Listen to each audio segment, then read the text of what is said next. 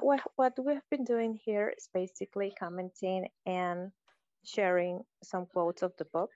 And our quotes are basically one paragraph.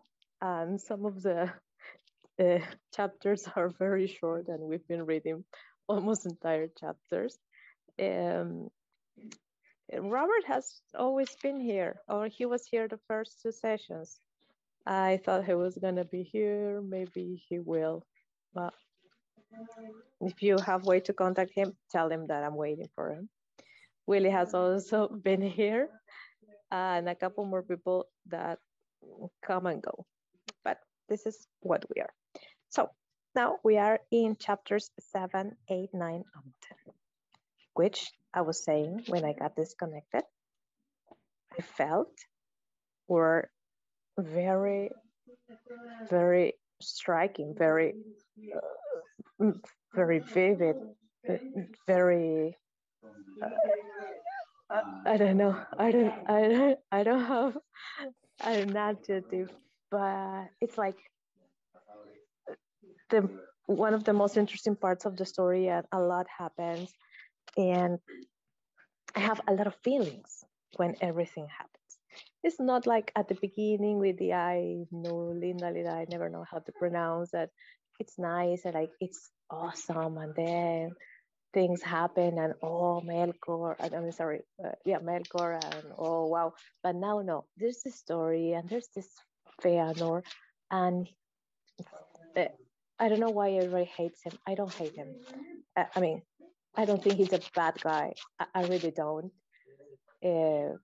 But I just I hate Morgan. Those are my comments. Did you reread these chapters? I did. I haven't read them for a while, and I enjoyed a lot of the pieces of them. There are some phrases and some pieces in it that I find are really interesting and striking, and it really sets up the rest of the story in some ways, both for this and like the rest of the First Age, where there's these, the series of lies and turning people against each other, and then it goes bad, and it feels very much like, I know we're skipping well ahead, but when you get into what happens with Numenor, that it's very much what Sauron does later. But also just like well, thinking of Feanor, the statement in there that one of the great harms that Morgoth did was the corruption of Feanor, that like he could have done so much because he was such a strong, fiery personality, and a genius at making things. And then he got basically turned against the Valar and the other elves. And that was one of Morgoth's great crimes, in addition to everything else he did, like, destroying, killing the trees. You're right. And the way he did it, because it was indirectly, in a way that you couldn't see, just like, the devil does. Mm-hmm. It's the devil. Well, and he does it, and there's a statement in there too that Feanor never talks to Morgoth. Feanor doesn't like him and doesn't want to do anything with him, but he is still getting he's still very much influenced by him. And there's in my book, it's on page 68, but there's a section in there that's talking about how Morgoth sows lies, and that the person who does that will never lack for a harvest, because other people will, plant your crops and harvest them for you. And that's basically how he affects Feanor, is not by dealing with him, but by dealing with everybody else who bring the arguments to him.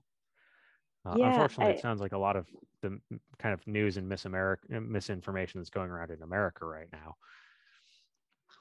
Yeah, all around the world. Actually, I copied that. It's this quote, if I'm not mistaken. Oh, I have my book here too. I'm gonna check it, but this right? Because I was checking for my words. Yes. I was like, is this what I'm looking for? I didn't get it, so I really needed to look it up. Yep, that's the one that I have open and I'm looking at right now. Yes, yes. It's hard. It was hard for me to understand. This is from chapter 7. From chapter 7, right? Yeah. Yep. It's from chapter 7. Yeah. Yes, yes, yes. That's my quote too. Do you have another? Oh, there's one a little bit later that I like too that comes to mind. Let me see if I can find that quick. I think it's in chapter 8 where there's an interesting turn of phrase. It's where Melkor does finally go and speaks with Feanor, and it doesn't go as well as he wants to. And it's at the end of 7. And it's basically a statement of, I guess the more common phrase would be that he was too smart for his own good or something like that. But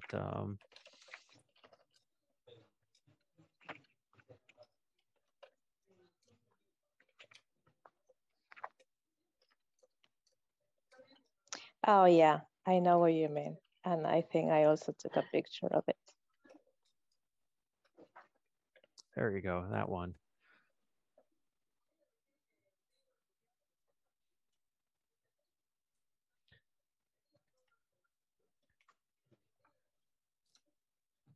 Uh-huh. Just this idea that he was so good at getting Feanor angry and upset and whatnot that it got in the way of what he was trying to do. His larger goal. Yes, I like. I really enjoy that part because Fëanor actually doubts, right? He's like actually listening to him, or apparently, until Melkor screws up and gives away his malice. Mm-hmm. Touching too deep. Yeah.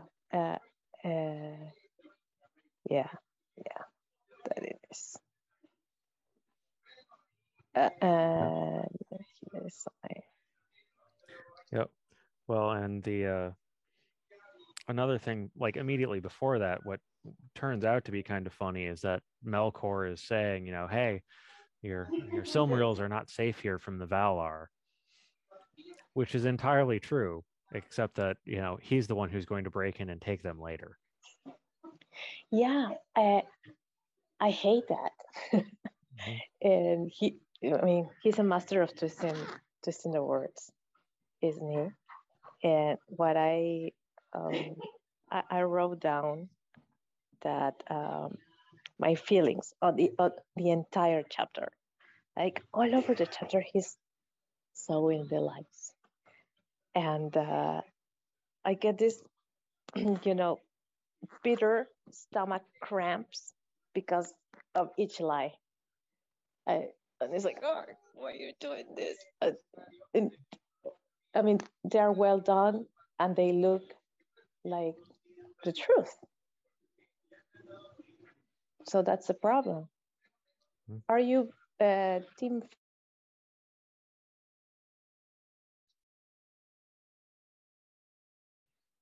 Fëanor or team Fingolfin? Sorry, you cut out a little bit there. I got, are you? And then I lost a little bit. Yeah, I got it was a call entry coming. Are you team Fëanor or team Fingolfin? I'm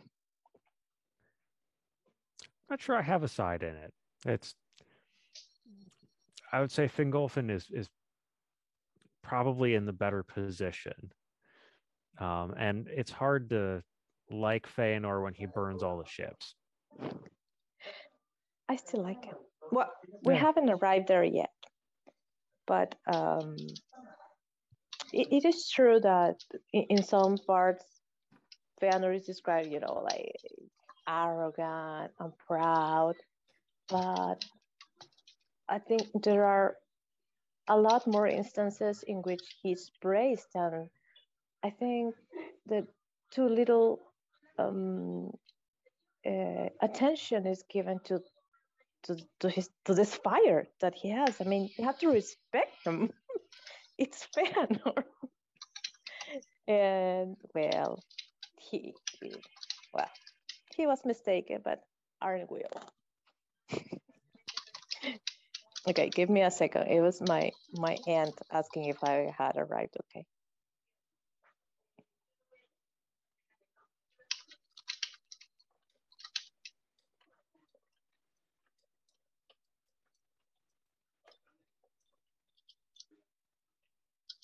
Okay. Willie, what do you remember from this chapter? The other day, I went to the Mirimbokuile, Francisco conference.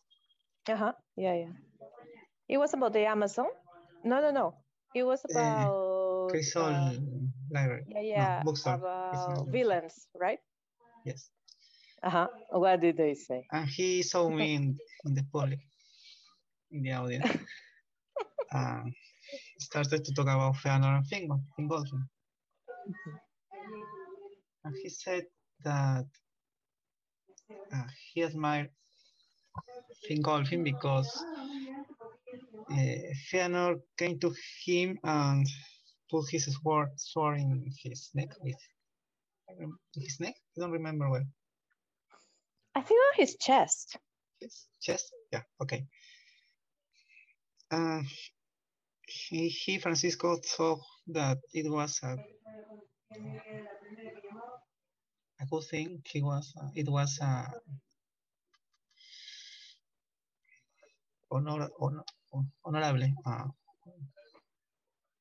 honorable. Honorable thing that Fingolfin didn't do anything. I don't think so. Okay. I don't think so. What do you think? I think he just didn't want to fight. Also, I don't see what the big deal is. I mean, he didn't kill him. He just it's like pointing a gun at you, right? So you don't do it, but you draw the sword. So apparently that's. I don't think Fingolfin could beat Fëanor. Probably Fëanor would kill Fingolfin. Would have killed Fingolfin. But I don't think that it was an honorable thing. Yes, he didn't want to fight. Just that. Yeah, also we don't know, right? Is it written? What are the reasons? No. No. I'm Team Fëanor, by the way. What? You're Team Fëanor, yeah. I know. We are. Okay. Yes, and Shannon shared another quote. Yes, it's all the lies and the lies. Yes, Evermerker found some ears that would hit him and some tongues that would enlarge what they heard, and his lies passed from friend to friend as secrets which the knowledge proves the tender ways. And also there's a part where he says that the lies were so, I don't know, cunning, that the people, the Noldor, thought that they had come up with the ideas. They didn't even think they had heard them. So that's like the best lie you can. You even make the other think that it was their idea. I mean, who can beat that? Okay, let me check my screenshots. My first screenshot is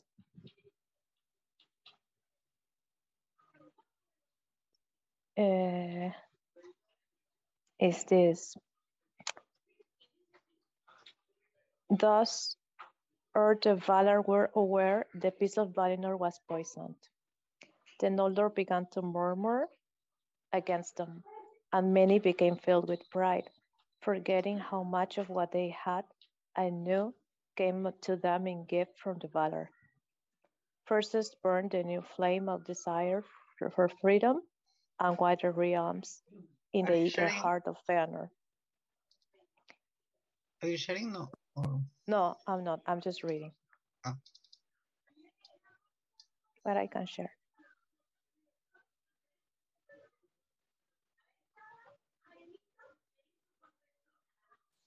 It's okay, Shannon.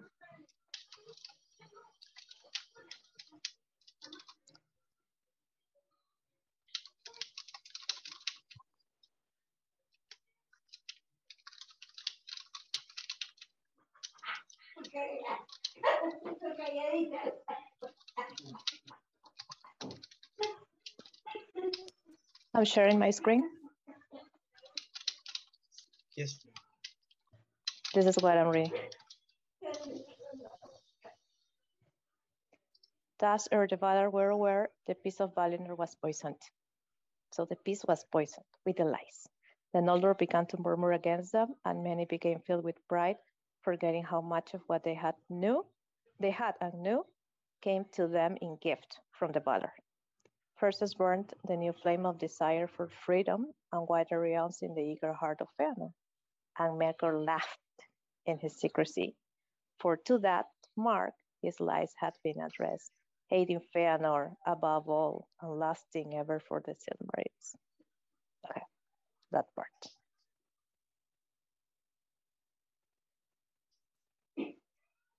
And the rest, right? I'll keep reading. The Silmarils, right? It's the Silmarils.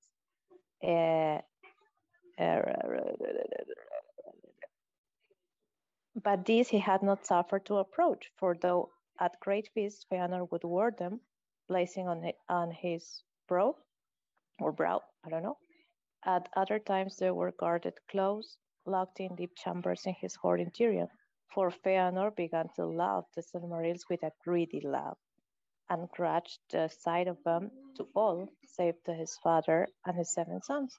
He seldom remembered now that the life within them was not his own, which is what it says at the beginning of this chapter, of this paragraph, sorry, that the Noldor felt that everything they had came from themselves and not from Eru and the Valar. Well, and he holds to that too later when the trees die and they ask him, hey, you got borrowed light in there. Can you use it to bring back the trees? And he says, no. No. Yes, that's right. And this is what you read. I don't blame Fëanor for not wanting to break the Silmarils. It was the word of his life. There's a Yeah, line that's deceived. This is just to show Black with anger and how it's always anger and anger.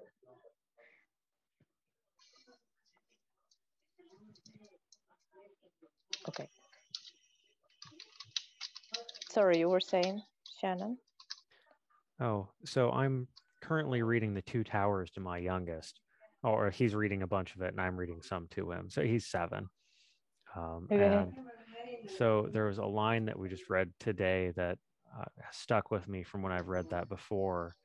And let's see if I can produce it. It's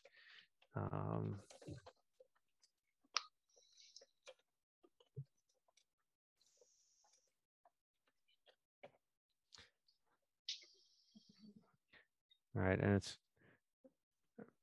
it's kind of an interesting statement, but it seems to pertain here that, like, yes, these are things that are dear, that are important to him and are dear to him, and he doesn't want to get rid of them. But to this line, and this is talking about when Pippin threw away his brooch so that people could follow him when the orcs had him. And Aragorn says, "You did the right thing. Because you threw away your treasure, we could tell that you were there." And this idea that if he hadn't, he would have been, it's like he was bound or in chains or something like that. Kind kind of describes the situation with Feanor. Like, I understand why he doesn't want to get rid of them, but he won't do it even if he needs to. I don't think it's, I don't think that it's the same thing, because a treasure is something that you possess, you buy, or a gift. I don't know. But the Silmarils were like Their children, his children. yes, like the stars and Barda, or the ring and Sauron, or the rings and Celebrimbor, or the trees and Yavanna. Some things that they it's a word of his life, like a children. Yes, and Willie, you mentioned something last month that was that they make something just once and they cannot do it again. Yes. And I was reading that all over these chapters, because he said that, and Yavanna said it too about the trees, and everybody continued, and the tailory about boats. It's yeah, their child. Very interesting. Okay. Yes, I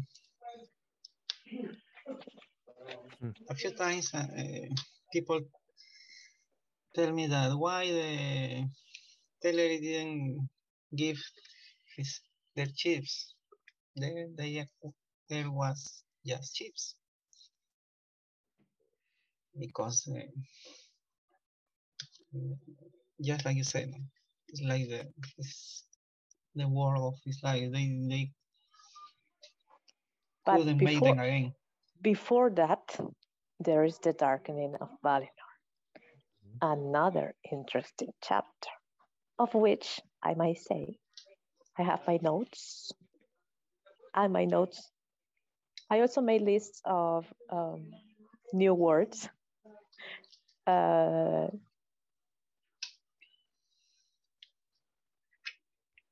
I mean, it's impossible to make lists of all new words, but the ones that are needed.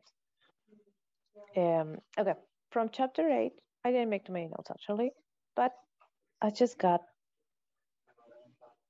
one word for how I felt, which is sadness. It's just too sad. It's too sad how everything happens. There's no other way to describe it. It's too sad. Another thing I would like to say, that Ungoliant, I mean, I haven't seen her portrayed, but Shelob supposed to be something like that. And I don't see her like a spider. I see her as some monster, like something monstrous. I mean, it's not that I like spiders. I don't like them either, and they are scary. But this is more than that. I feel I mean, there's a spider-like thing on the webs because you have to give it a shape, but actually it's not, right? It's just a shape that she takes, and it's not a spider. That's all I'm gonna say before I mention any particular quotes. What did you guys think?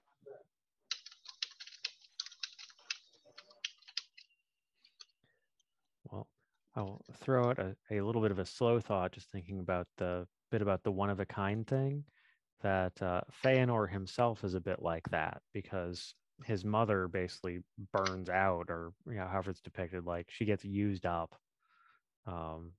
in birthing Feanor, because he is one of a kind as well as these other things. But that aside, now out of my head, I agree with just the general sadness of the chapter.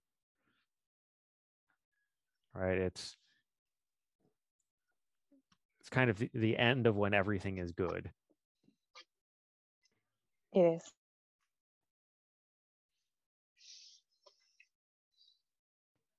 He's like, why? We'll never see them now. Mm-hmm.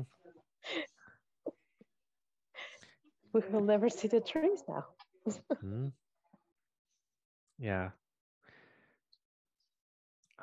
It did also remind me just because I've recently read the end of The Two Towers, where Shelob's cave is there, and how they describe the darkness when the trees die, right? That it's not just dark, like there's no light, but it's like like the darkness is a thing itself. And that it's not just that you can't see through it, but it makes everybody like want to give up, basically, right? Yes, I have a quote. Yes. But that felt like Shelob's lair when Sam and Frodo are going through it.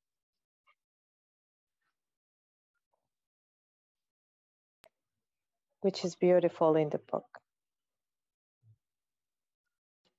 not the movie.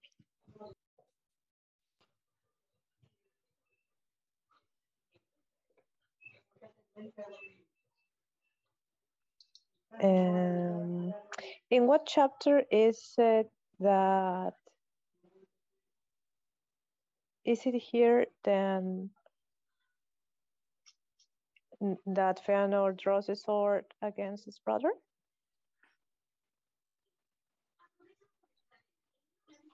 Seven. That's 7? 7. Ah, yes.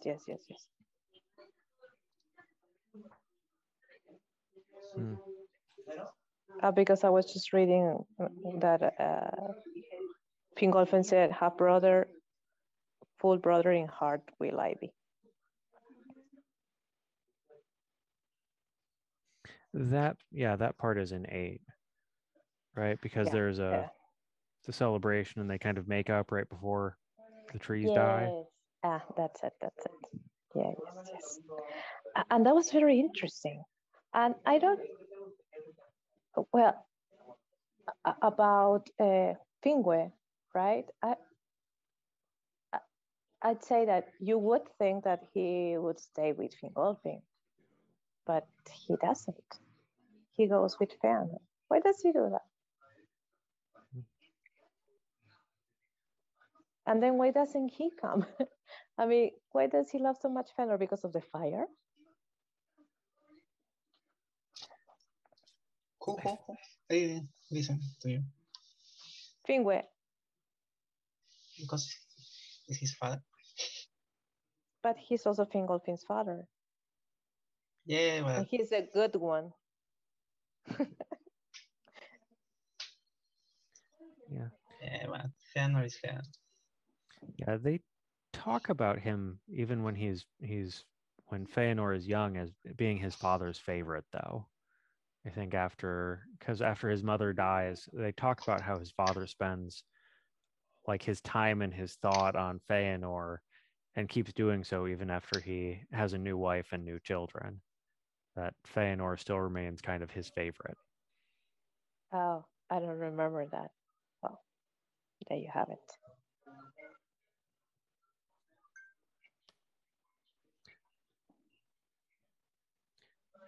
Let's see. I'll see if I can find that. I think this is in chapter 6 and not chapter 7.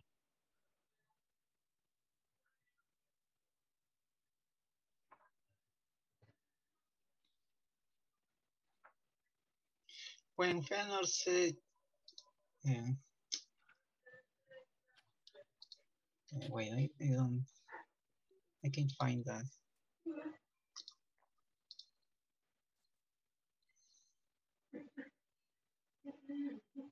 So in chapter 6, right after Finwë's wife and Fëanor's mother Miriel dies, there's a paragraph there that all his love he gave thereafter to his son, and Fëanor grew swiftly as if a secret fire were kindled in him.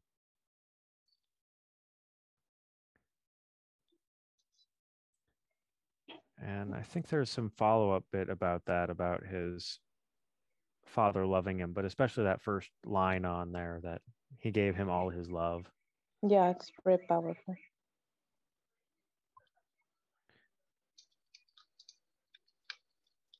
Right. A couple paragraphs later where he gets remarried. But But the shadow of Muriel did not depart from the house of Finwë, nor from his heart, and of all whom he loved, Feanor had ever the chief share of his thought. Here is something I didn't know. Oh, I know wrong because I didn't read this in English. This part. For Fingolfin held forth his hand, saying, as I promised, I do now. I release thee and remember no guilt. In Spanish, it's not in that way. Tell us, precious, what is it in Spanish? In Spanish, Feanor held his hand, not Fingolfin. Really? Huh. Yes. Minotauro. In Spanish is tendió la mano a Fingolfin diciendo tal como lo prometí, but Fëanor didn't promise anything. Right, makes no sense. Which is why I don't read it in Spanish.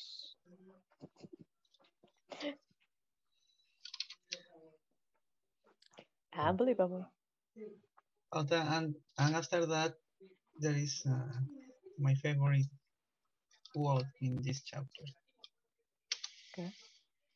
Half brother in blood, full brother in heart will I be. Thou shalt lead and I will follow, may not new Greek divide us. Yes. That's what I. Yes, but well, yeah, he forgives him. Apparently, he forgives him. But well, oh well. And Fëanor said, so it. So be it. Mm-hmm. Fine. And But then later, Feanor leaves him on the shore and burns the ship so he can't get over and has to march up through the ice instead. Don't be like that. I would read the one of the saddest parts. I know. I didn't mean to do that. Okay.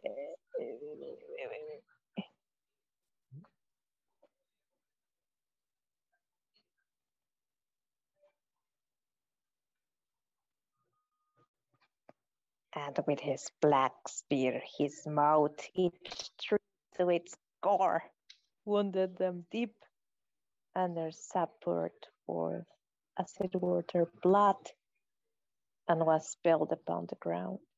But Ungoliant sucked it up, and going then from tree to tree, capital T, she set her black beak to their wounds, till they were drained, and the poison of death that was in her went into their tissues and withered them, root, branch, and leaf, and they died.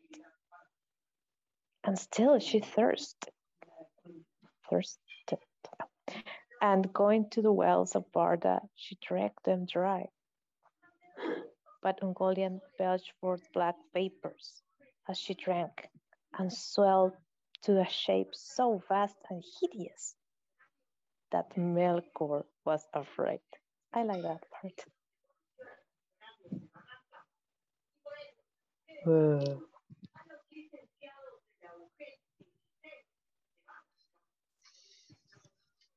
So it was not Ungoliant who kills the trees. It's Melkor. She just cleans up. I mean, both. I think the poison of Ungoliant. Yeah, I think you probably need both, because later the Yavanna and I'm forgetting her name, the one who weeps. Nienna. Nienna, thank you. Try to heal the trees and they can't.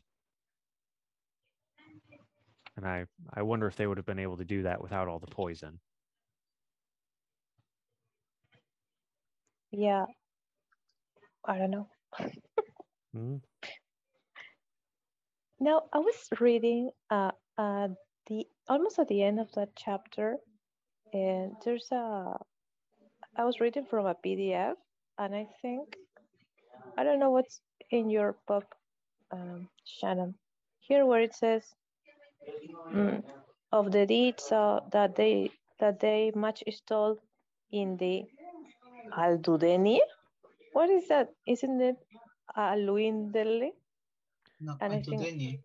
it's another thing, but I read Aluindele in another PDF, or the PDF was wrong, or my book was wrong, or somebody was wrong, or it's Anuindele in another book. Yeah. So this I understand to be another book that was never written.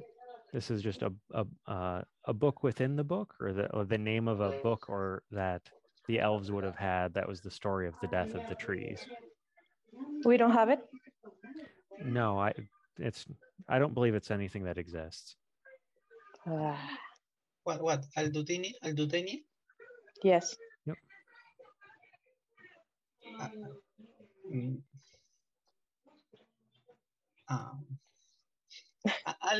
Alda is trees. Nie is cry. I think cry. Niena. Mm-hmm. Niena. Cry. Cry for the trees. Something like that. Yeah. But we don't have it. We want to read it. Yeah. And I didn't mark them down, but I feel like there are a couple of these other references to stories in the world that were not stories that were written by Tolkien that show up later on.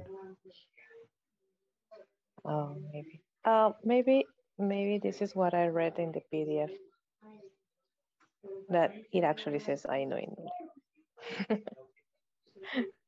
Oh. Ainolindale is It's the first one. Right? the other chapter. Yeah. I thought that it was the same. I got confused. But this is the delight of the Valar to clothe themselves as investor in the forms of the children of Ilúvatar. Which is an interesting part, right? Because they don't need anything, but they like to take form so they can eat or something like that. Mm-hmm. I'll give you one more piece on that, and then unfortunately I should drop off here shortly because I need to get another kid to bed and do a couple of things before I go myself. But sure. Later on in the Flight of the Noldor, there's another one of these bits that is reference to one of these stories that doesn't exist. Slaying at some words that are hard to type in here.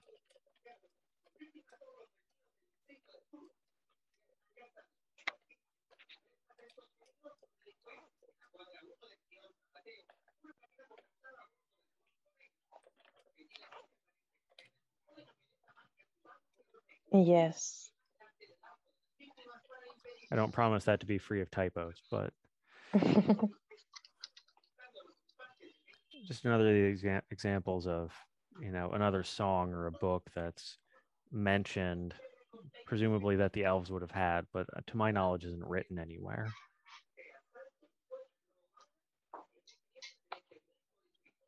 Yes, because, well, also, is this all we know about the slaying of Aqualonde? Because it's not such a big deal to me. I mean, it's not even as sad as the death of the trees. I think they make a too a big deal. Too much. I think, to me, the thing about it that's the biggest part is that it's like the Cain and Abel story, right? Before this, they're in heaven, basically. There's no violence, nobody is hurt, and then first Morgoth kills Finwë, and then, first Feanor draws a sword on somebody in a place where nobody hurts each other. And then Morgoth kills Finwë, and then you have a battle. And this is all kind of the Adam and Eve or Cain and Abel sort of story. This is how the elves lose paradise. Like they're kicked out of heaven by murder and battle. And I think that's as much of, as much as the loss of life, the sad part about it. That part was strange to me when Fëanor says that I shall be the first lane, and then Manwë, who tells him not the first, meaning that his dad had already died, or that he knew Mandos, I think. Mandos, or that he knew that it was already happening, meaning that they should have done something because, the Silmarils were being stolen. I didn't get that. I thought it was a reference to Feanor's mother, who had basically gone to lie down in a garden and her spirit left. And so she was effectively dead. So that was my guess for that, but it was an interesting phrase. No, because before that quote, Fëanor, I think, I don't know who, said this, and I shall be slain. Yes. Yes, slain. Mm-hmm. Yes. So, not the fierce and Mandos, but they did not understand his word. And again, there was silence. Well, the mother of Fëanor was the first elf that died in Valinor? Yeah, in chapter 6, after she gives birth to Feanor, But she was the first. I don't remember if that is said in the book, that she was the first. I don't know if it says it straight out. I don't know if it says exactly that she's the first, but that's the only one I could think of. I always ask myself that there wasn't a elf that fell from a stair, he was climbing and fell. I don't know. There wasn't any elf that died from an accident. No, because they were very resistant to accidents 1,000 years. as well. They resisted accidents too.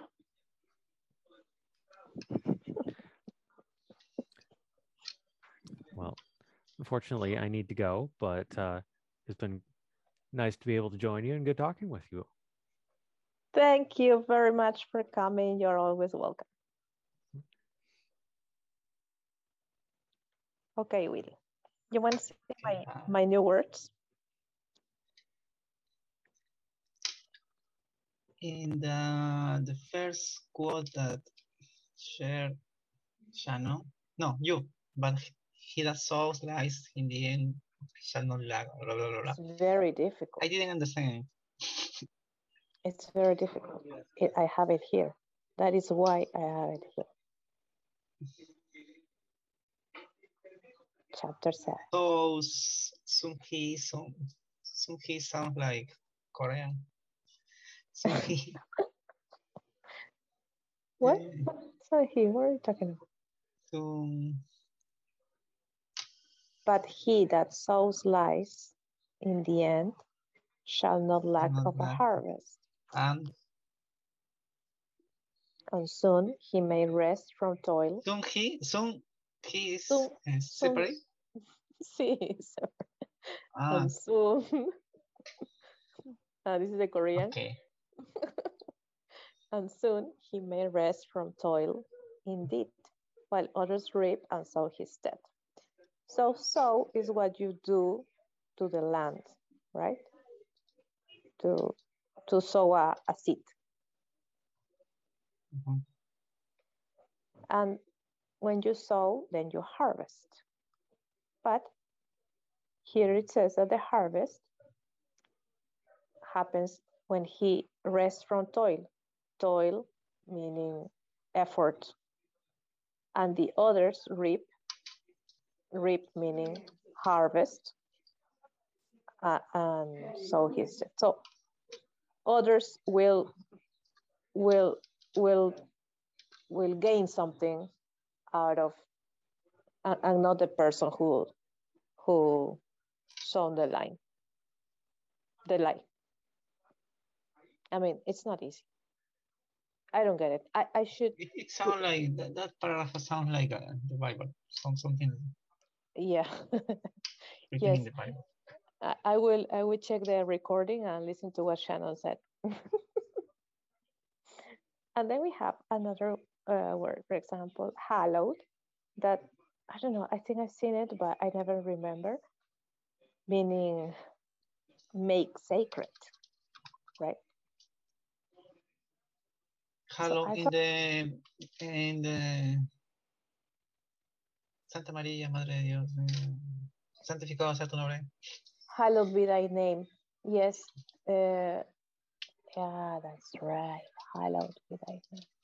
Yeah. Why do you have to translate? Hail Mary, full of grace, the Lord is with thee. Blessed. No, not hallowed, blessed.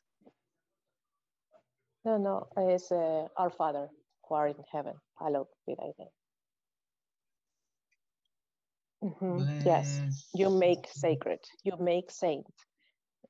So I mean, it has two meanings, but I think it means this, to make sacred. So meaning that they were a thing, right? It helps me because it's more important than just three pretty jewels. It's more than that, right? I noted will, might, because, you know, nowadays we don't use will and might together with as both verbs. Will, might. Yeah. Will and might are auxiliary. Yes, exactly. Both of them. Yeah. So you don't use them together, but, you know, Tolkien can do whatever he wants. With might also. Pues, I don't know. Don't translate. Maybe will, no? Maybe will touch them. Slow and first and barren was a slaver. I don't know who they were talking about. Barren means producing nothing, no? Infertile.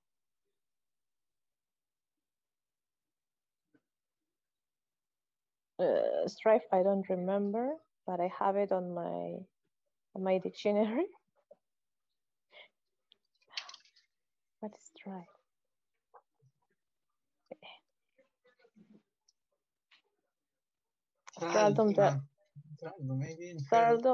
Thraldom doesn't exist, but thralls exist. I don't remember what it means, but it has to do something with what Melkor does, you know. Let's look it up. Master of Thralls. I don't have the Oxford, but let's look it up here. Slave. Slave? Slaves.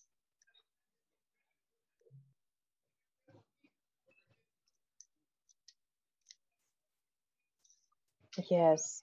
So he made people slave, mentally slave, mortal and mentally slave. Bondage. Here is slavery. It's more than slave, so morally and mentally. Or mentally. Anyways, the condition of being in power, yes, that's what Melkor did. Made everybody their slaves in their thoughts, no? With their lives. Interesting.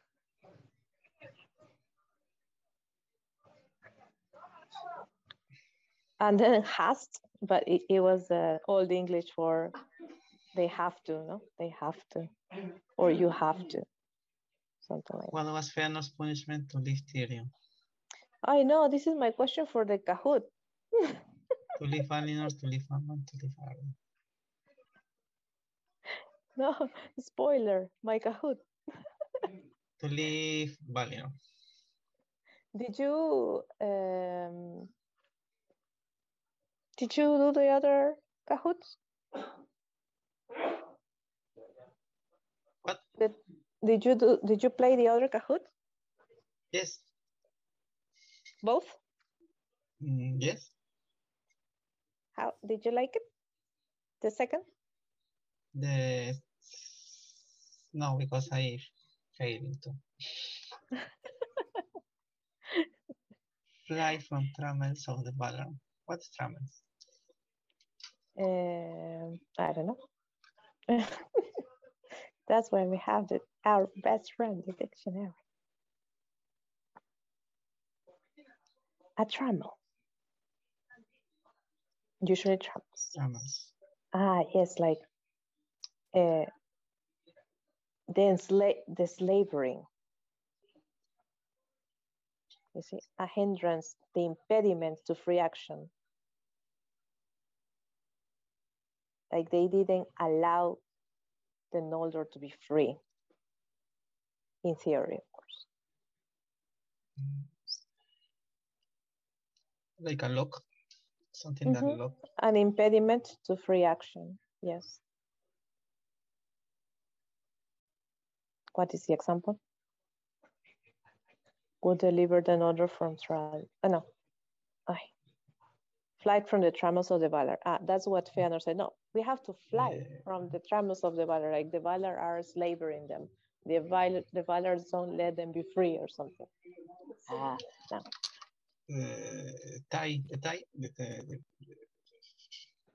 No. Yes. Tides. Yeah, the tides. Or the ties. The ties. Yeah, that's right. Dreading they knew not what evil that it make. And then chapter 8. This is my question. For life. Hungered for light, hated light, both? None. It's my Kahoot question. In a ravine, she lives. But what is the answer?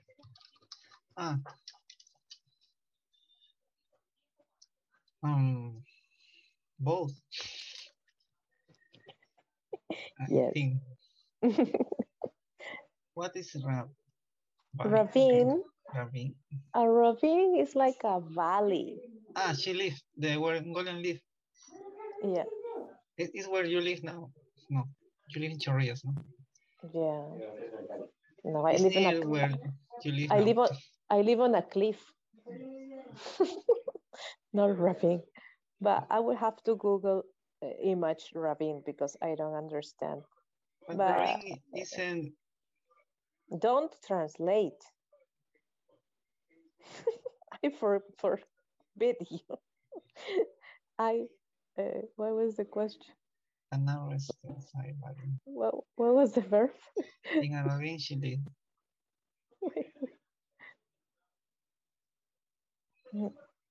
A trammel. But a trammel is not a verb, but okay. Yeah. Ravine. A narrow, steep-sided valley commonly eroded by running water. Yes, like a little hole. Right, hole.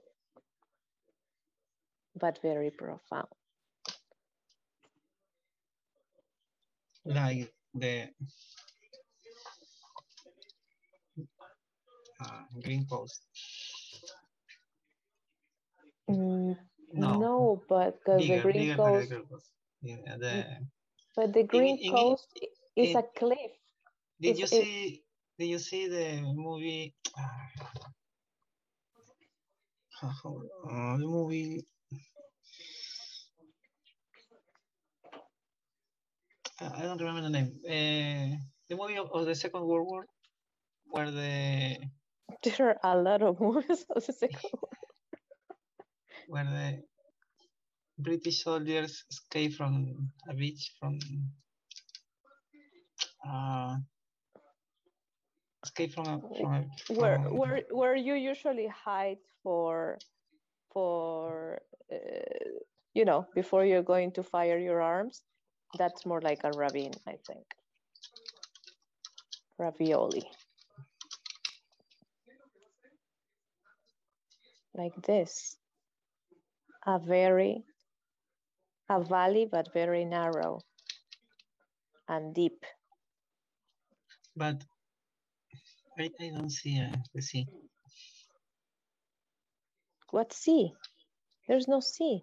In the dictionary, No. it says that it's commonly running water. Running water, no, but Where did I read sea? Is your brain water reads the sea when it says water. You wrote it by water. Like that's Colca. What. Yes, Like more Colca like Valley. the Colca, but like a but that's a canyon, and the canyon, it's I would say bigger, wider. This is narrower. I mean, I'm thinking that that's where spiders live, right? In little holes that are narrow. But yeah, more like a canyon. Okay. Then I put no light could come to her abode, which I don't remember what it means now.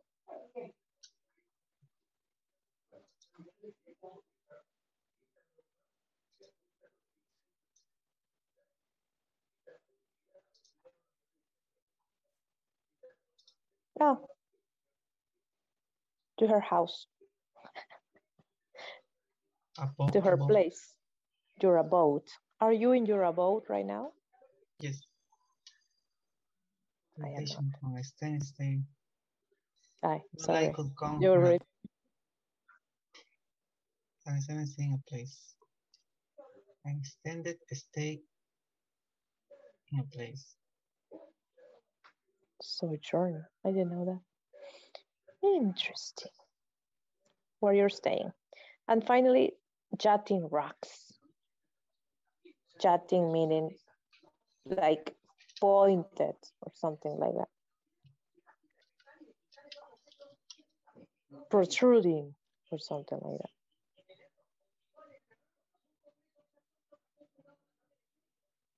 To extend beyond the main body or line, project, protrude.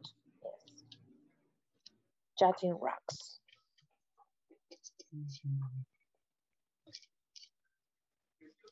That's what they are describing. I don't know what. Chapter 9. Dunkerque. What? The movie. No, I haven't seen it. Yeah, well. There is a scene where, but that are cliffs, not ravines. Cliffs. When they came to England, they see yes. Big. Yeah, they're huge cliffs, but I think there's another name for that. But yeah, there's too much geography. Chapter 9 was the cup of woe. Whoa. This means they had drained to the dregs the cup of woe. What is woe? Woe is something very bad and sad. Whoa. Yes.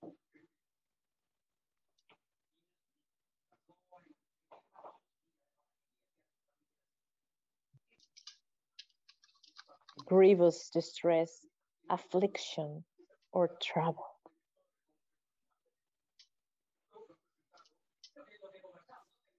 His woe was almost beyond description, the woe of the Noldor.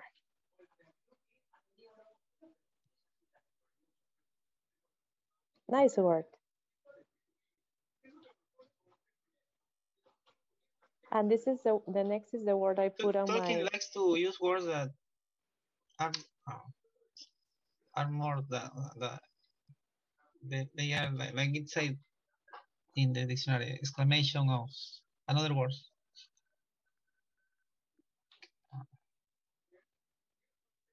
An exclamation of grief, distress, or lamentation. More than. Woe is more than grief. There was a word before. I don't remember what. That is the slave. That means slave. The word that means slave. More than slave. Mentally, morally slave. Yes. That's why we love them. For example, this is my word of the day from yesterday. Brute. The first line, they had drained to the dregs. Where is that line? What is the context? I don't know, but check.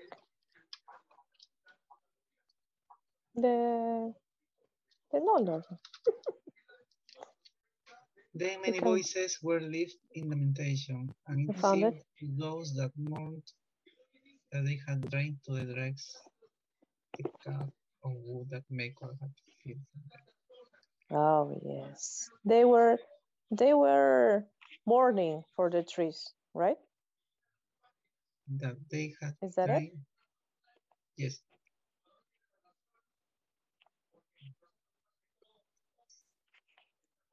Or not?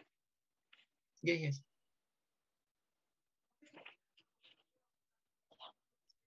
That those that mourned that they had drained to the dregs the cup.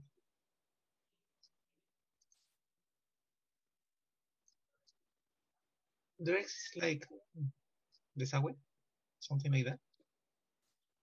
No, it's the last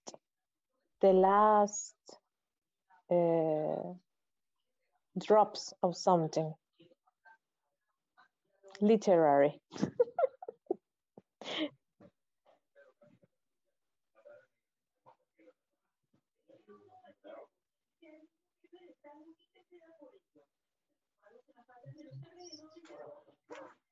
Oh.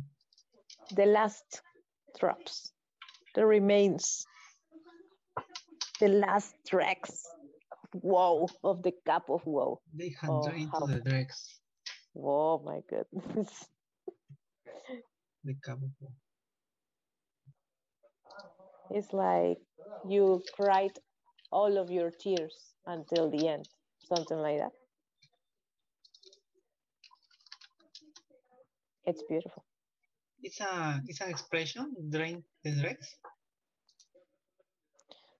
I think so, but I found it like an expression, I think, in the Oxford Learner's Dictionary, but I don't see it.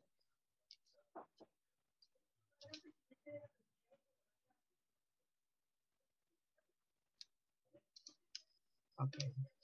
Thesaurus. Drain the dregs from his cup. Yes, you see.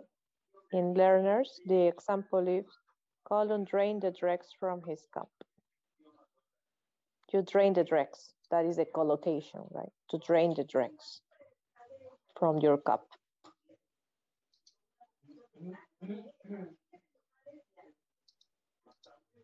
Okay. And then the next question of Kahoot.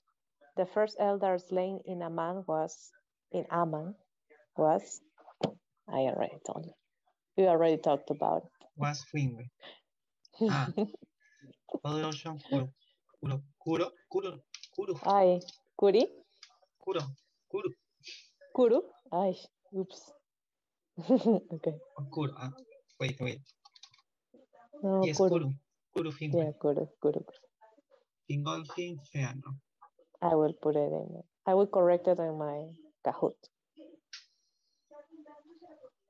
This is a question with double learning. Just to remember that Feanor is Kuru Finwë.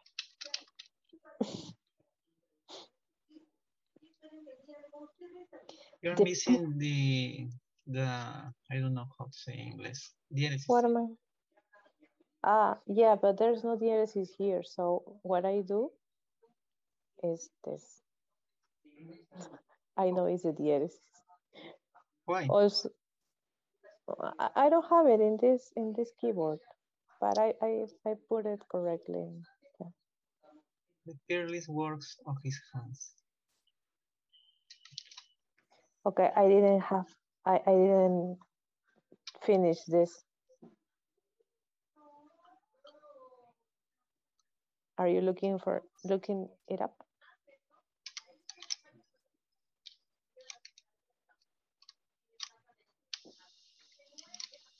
Detrás de another great amount of water would Redress redress the hurt. I just copied it just as Tolkien wrote it. all way other options finger him.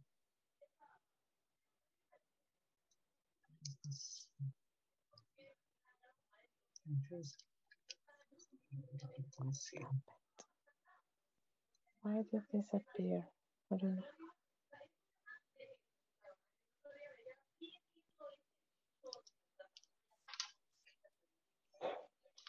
It's an iPhone? No.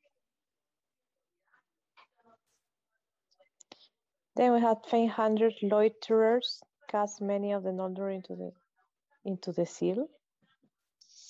No, into the sea, I suppose. About the land, oh, I don't know. I probably misspelled, but I didn't finish this part. But I do have a quote. Let's read the quote.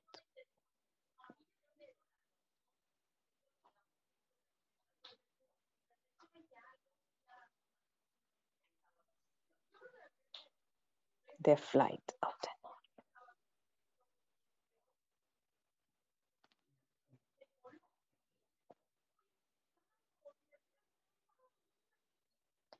For now, more than in the days of Autumno, ere his pride was humble, his hatred devoured. Is his hatred, always hating everybody, devour him. And in the domination of his servants and the inspiring of them with lust of evil, he spent his spirit. Doesn't make any sense to me that he lives out of, but he says spend his spirit. I feel that if he's spending his spirit, he would, run out of it. But apparently he doesn't. Nonetheless, his majesty as one of the valor long remained, though turned to terror, and before his face, all save the mightiest sank into a dark pit of fear. Scary. Spend his spirit. It's like he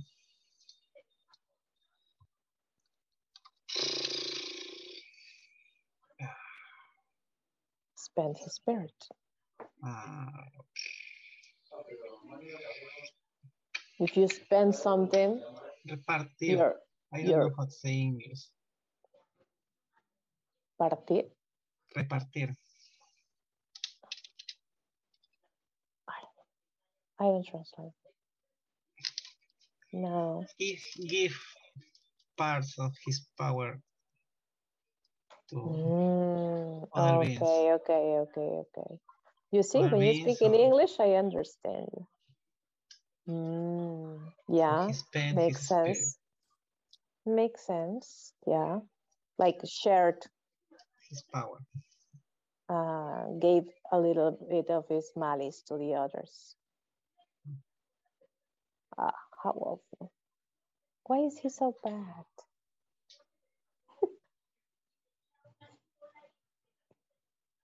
Okay. Nowadays, English speakers use er? No. I mean, maybe in books, right? But not normally. Of course but not. I like it. I like it, yeah, but it's short. too strange. It's too strange. And when Tolkien uses it a lot, right? But since I don't understand it, I have to say before this. If not, I don't understand what he's trying to say. Okay. The last chapter is of the sender.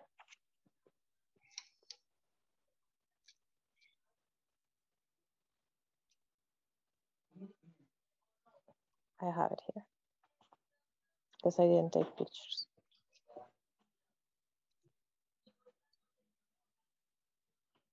So we're back to Middle Earth.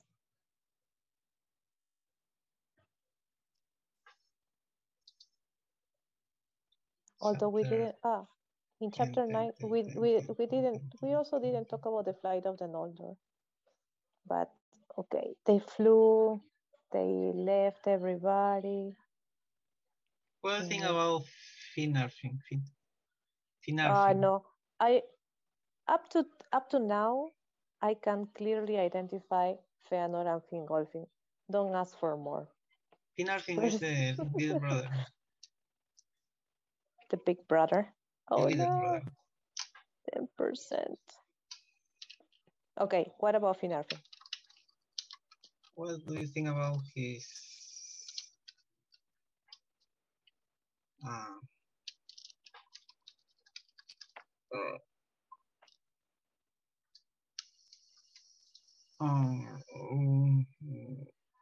don't know.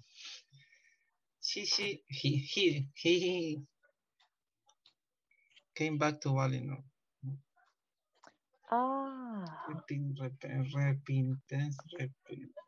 Repentance, yeah. I think. I'm not sure. And came back to Valinor. What do you think? It was a good thing or he was a coward? I don't know, but was he under any oaths? No, the oath was only for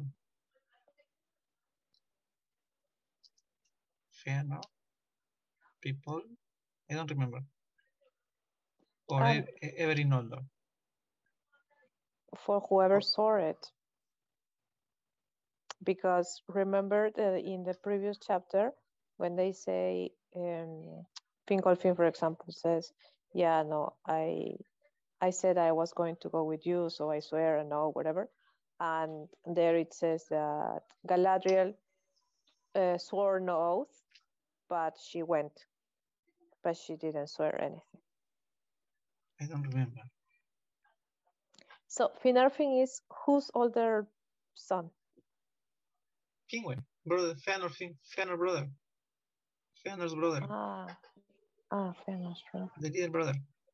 Okay, so you're saying Fëanor, Fingolfin, Finarfin. Yes. Okay. Yeah, I think it's fine. I would probably have done that. You know, I tend not to rebel. I do as I'm told. Go back. I'll go back. I would do it. Why? What do you think? That he was a coward? No. Yes and no. I believe that there is more courage.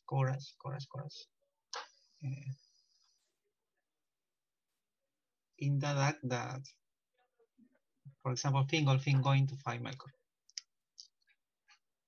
Because Finarfin put his people before him.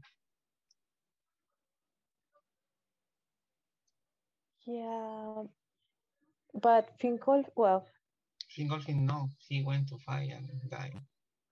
He didn't care about his people. But before that, he did, because in the chapter of the leaving of the Noldor, the flight of the Noldor, Fingolfin goes because his people want to go, and besides he has the oath, he wants to take care of the people who are going, who are behind Fëanor. Tolkien says, I don't say it. Insert a sticker of, I don't say it. It's Silmarillion. He does too. There. I don't think that Finarfin was a coward.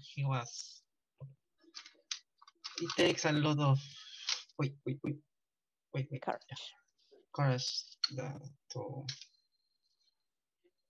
to be a coward. Yeah, I mean, there's no right or wrong. Seriously, I truly believe that they all did the best they could with the information they had, particularly Feano, because with all the lies he had around, I mean, obviously he had this the fire of the spirit, but it was the lies that really induced them to that. And oh, look at this. And that makes it a little sad that the Valar say, well, now we know that it's Melkor's fault, but you are not free of fault because you did this and that. Because, yeah, well, you can never blame the others for your actions or for believing in their lies. Santiago, welcome. Hello. Hi. It's great to have you. Did you read these chapters?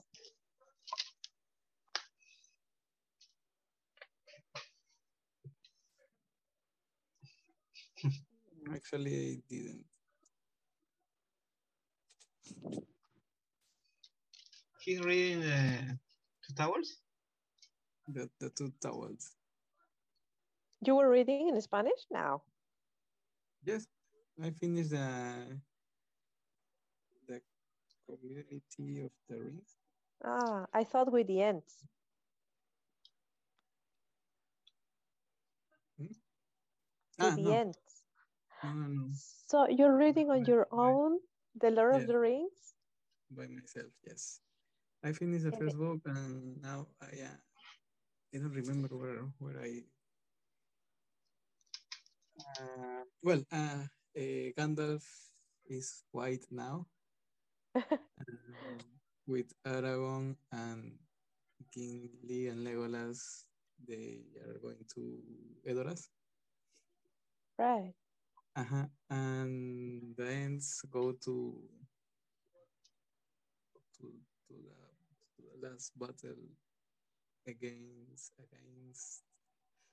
Saruman. Yes, I am in that part. In English, right? In English, right? Not yet. Maybe the next time that I will read the Lord of the Ring, maybe it could be in English. I hope. Sure. Well, better than nothing. Congratulations. But you could try to read the chapters for this meeting. But Santiago, why don't you read the Way Here edition? What? It is corrected. Way Here? The real Way Here, the original Way Here. What is Way Here? The original. It was a member of Spanish Tolkien Society. Ah, okay.